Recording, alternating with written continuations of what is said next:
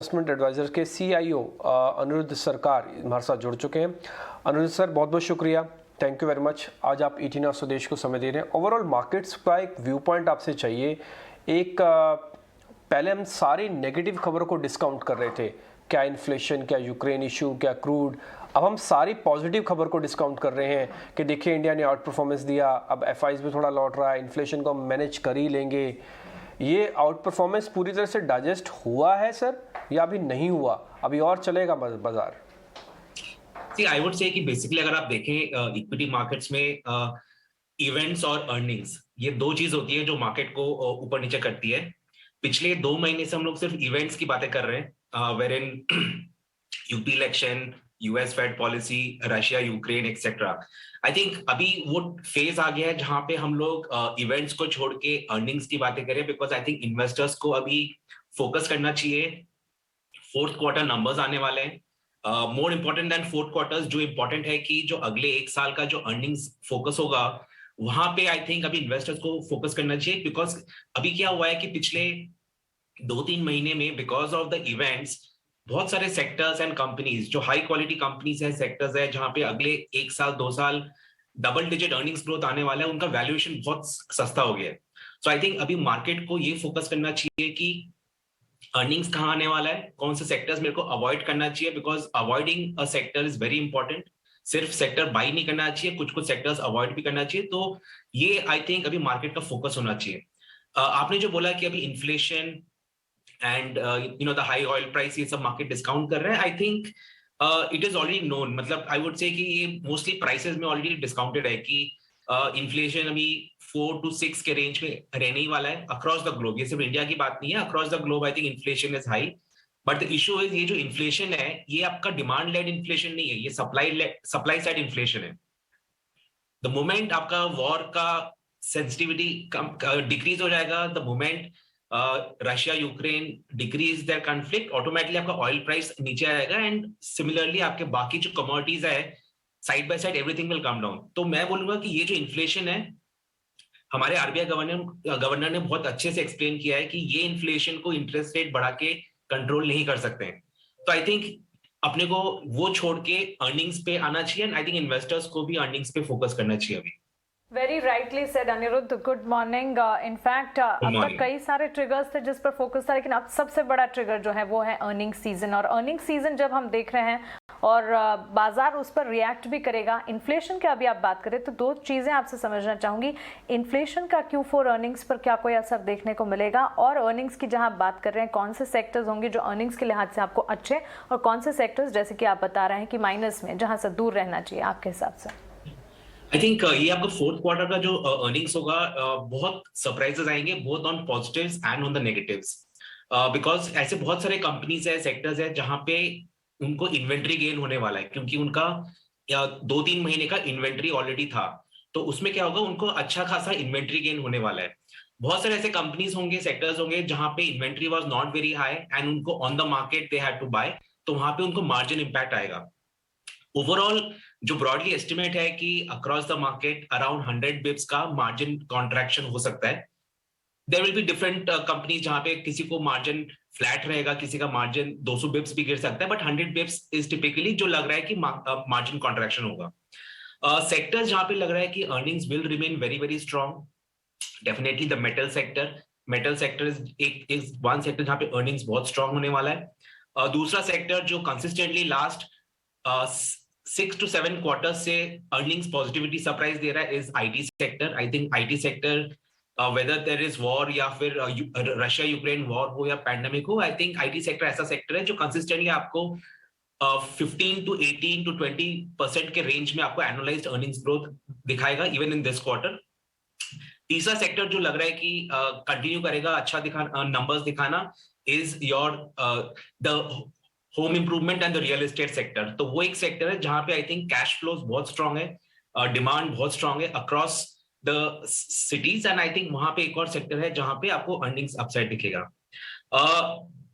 I would say this one sector जो valuation wise बहुत ही अट्रैक्टिव है and I think you will also see some positive surprise on the earnings is the banking and the financial. And पिछले 6 महीने में हम लोग banking and financial incrementally add कर रहे हैं, बिकॉज वो एक सेक्टर है जहां पे आई थिंक इन्वेस्टर्स को फोकस करना चाहिए, क्योंकि वैल्यूएशंस बहुत सस्ते हो गए हैं. Bank Nifty has underperform the Nifty for the last 18 months. Historically bank Nifty हमेशा आउट परफॉर्म करता है, but I would say valuation और अर्निंग्स दोनों is in favour of banking and financial to do well from here on. Alright, morning Aniruddh, Priyanka यार, 2 parts में ये question पूछना चाहूंगी मैं आपसे. वन, जिस तरह से आपने वैल्यूएशन की बात की, तो ऐसे कौन से स्पेसेस है? एक तो बैंकिंग आपने हाईलाइट किया, ऐसा कौन सा दूसरा स्पेस है जहां आपको वैल्यूएशन के लिहाज से कंफर्ट दिखता है, आपको लगता है वैल्यूएशन अच्छे खासा स्क्वीज इन हो गया because of the recent sell off globally और फंडामेंटल्स इंटैक्ट है बैंकिंग के अलावा? वन. एंड सेकेंडली, क्या आपको लगता है कि अंडर परफॉर्मेंस जो अंडर ओनरशिप है कई सारे स्पेसेस में, वहां पर अब शायद तेजी से बाइंग आएगी? हमने देखा भी जिस तरह की रैली आपको बाजार अब 2000 पॉइंट्स की दिखा चुका है, एफआईज ने इस रैली को जाहिर तौर पर मोमेंटम दिया है. अब इमर्जिंग मार्केट्स में पैसा वापस आने लग गया है, क्योंकि अगर आप ईटीएफ्स के इस वक्त फ्लोज देखेंगे तो वो फिर से थर्ड वीक आपको फिर से हाई दिखे हैं, यानी एफआईज का पैसा वापस आना शुरू हो गया है. Would you believe that? या absolutely. See, I would say कि अभी जो मार्केट है इसमें वैल्यूएशन, तो अगर आप पूछे कि कौन से सेक्टर में बहुत अट्रैक्टिव है, आई वुड से एक सेक्टर जो मेरे को लगता है apart from banking, obviously banking is a good sector, apart from banking मेरे को लगता है दूसरा जो सेक्टर है जहां पे मेरे को वैल्यूएशन कंफर्टेबल दिख रहा है is the speciality chemicals and the chemical sector. Because अगर आप देखें पिछले 2 साल में first 15 to 16 months chemicals as a sector ने बहुत आउट परफॉर्म किया था, जिसके कारण से वो वैल्यूएशंस ओवर द रूफ हो गए थे. Last 6 to 8 months most chemical stocks price correction हुआ है, बट अगर आप उनका अर्निंग्स देखें because of the supply constraints उनका मार्जिन थोड़ा कॉन्ट्रैक्शन हुआ है, लेकिन मल्टीपल बहुत ज्यादा कॉन्ट्रैक्शन हुआ है. तो मैं बोलूंगा केमिकल्स एंड स्पेशलिटी केमिकल्स एक सेक्टर है जहां पे अर्निंग्स विजिबिलिटी बहुत स्ट्रांग है एंड वैल्यूएशन कंफर्टेबल उस पर आ गया है because of the price correction which has happened. अगर आप पूछे कि दूसरा question was with regard to the FI inflow, right? Right Aniruddh.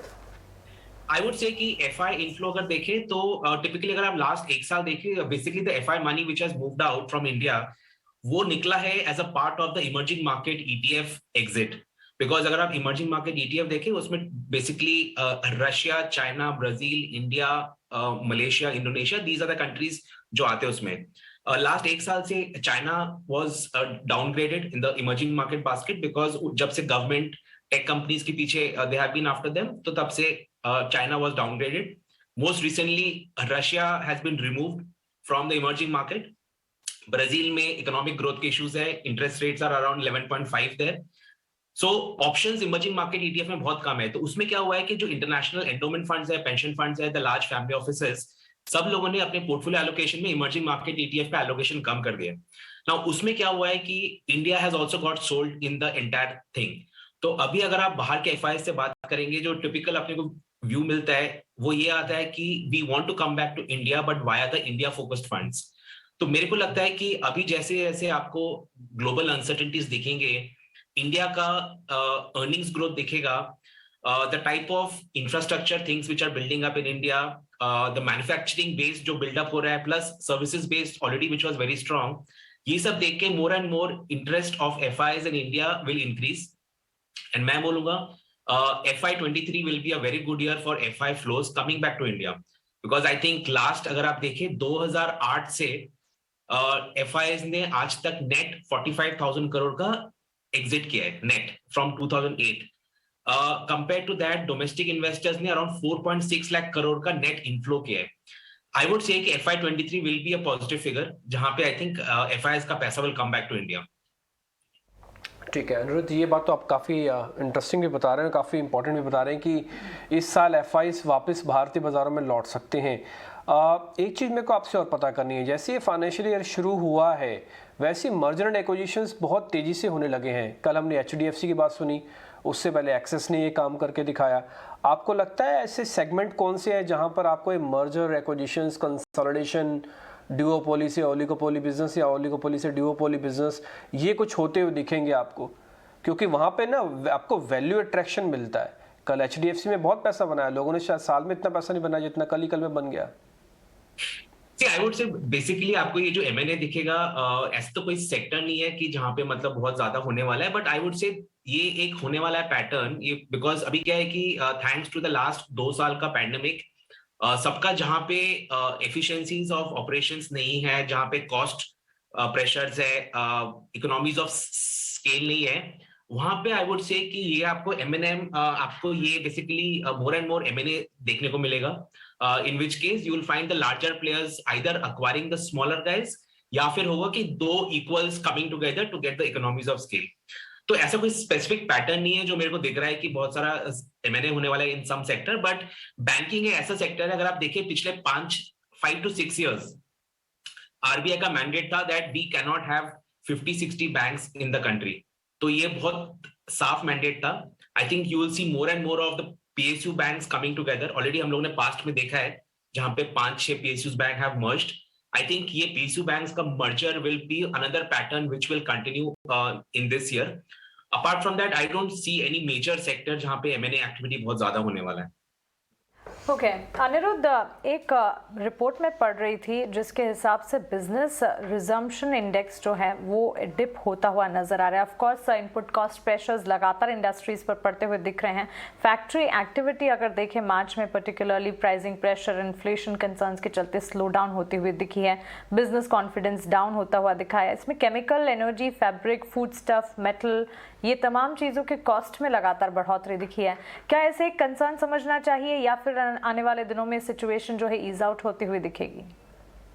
I think ये पूरा जो मैंने मेंशन किया, this entire inflation is more like a supply side inflation, and उसमें क्या हो रहा है कि जहां जहां कंपनीज के पास इन्वेंट्री नहीं है, वो लोग जो करंट प्राइसेस है उसमें कुछ अक्वायर नहीं कर रहे. They are not buying incrementally large volumes of I would say the input materials.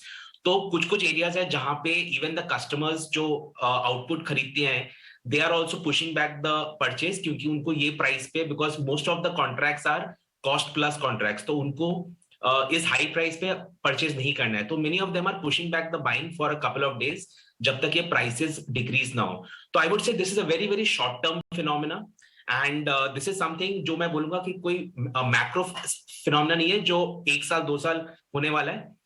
On the contrary I would say कि फोर्थ क्वार्टर में अगर कंपनीज ऐसे दिखें जहां पे मार्जिन प्रेशर है, वॉल्यूम डीग्रोथ है because of these input cost material issues, you will see price corrections happening there.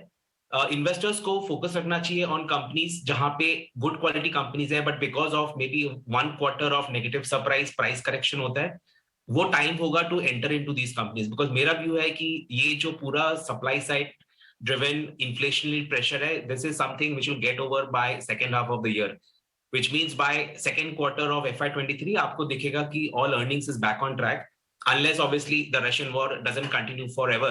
But I think within the next 1 month or so, the Russian Ukraine issue should also come to an end.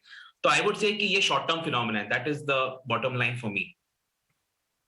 Anirudh, एक और question, ये next leg of question ही होना चाहिए merger and acquisition से, जो अभी डिम्पी ने भी आपसे पूछा कि क्या आपको लगता है कि डिसइन्वेस्टमेंट को लेकर इस साल किस तरह के सिनेरियोज बनते हुए दिख सकते हैं? पिछले साल हमने देखा कि आईपीओ मार्केट्स के लिए, प्राइमरी मार्केट्स के लिए सेकेंडरी मार्केट से काफी सारा आउटफ्लो हुआ. LIC के आईपीओ से पहले हमने देखा कि काफी सारा आउटफ्लो ऑलरेडी बाजार में हो चुका है. सो क्या लग रहा है कि बाजार डिस्काउंट कर चुका है, फैक्टर इन कर चुका है, LIC के आईपीओ से पहले एडजस्टमेंट्स हो चुकी हैं? I would say कि LIC IPO will definitely happen in this financial year without fail. I think first half में हो जाएगा. I think हम लोग बहुत close थे to have the IPO in the month of March अगर the Russia-Ukraine war नहीं होता. I would say कि कितना factor in कर चुका है. I think I don't see big liquidity going out of the market when LIC IPO happens, to be honest. Because उसमें आपको बड़ा चंक दिखेगा जो बाहर के FIs इन्वेस्ट करेंगे. बहुत सारे ऐसे पेंशन फंड्स है, सॉवरेन फंड्स है, who have shown commitment for participating in the LIC IPO. तो I think बड़ा पैसा आपका बाहर से भी आने वाला है, which will be again a very big trigger for FI money coming into India. Because जो पैसा बाहर से अंदर आएगा, obviously they will not exit after the listing of LIC. दूसरा जो बड़ा पैसा आने वाला है into the market, I would say is from the जो अभी LIC पॉलिसी होल्डर्स है, जो लोग अभी इन्वेस्ट करने वाले हैं. तो आई वुड से जो पॉलिसी होल्डर्स इन्वेस्ट करने वाले इनटू द LIC IPO, वो एक दूसरा बड़ा पैसा होगा जो अभी इक्विटी मार्केट में पार्टिसिपेट नहीं कर रहे हैं. विच मीन्स वो एक और पैसा मार्केट में आने वाला है. सो आई वुड से कि LIC IPO will not suck out money from the market. On the contrary it will bring more money into the market. Okay ठीक है अनुरुद्ध, बहुत बहुत शुक्रिया, थैंक यू वेरी मच. आज आपने समय दिया, अच्छा लगा आपसे बातचीत करके, और पूरा मैक्रो और आपने मार्केट्स के इनसाइडर्स भी हमारे साथ शेयर किए. बहुत बहुत शुक्रिया, थैंक यू वेरी मच अनुरुद्ध आज समय देने के लिए. आगे बढ़ते हैं, 3 टेक्निकल एनालिस्ट हमारे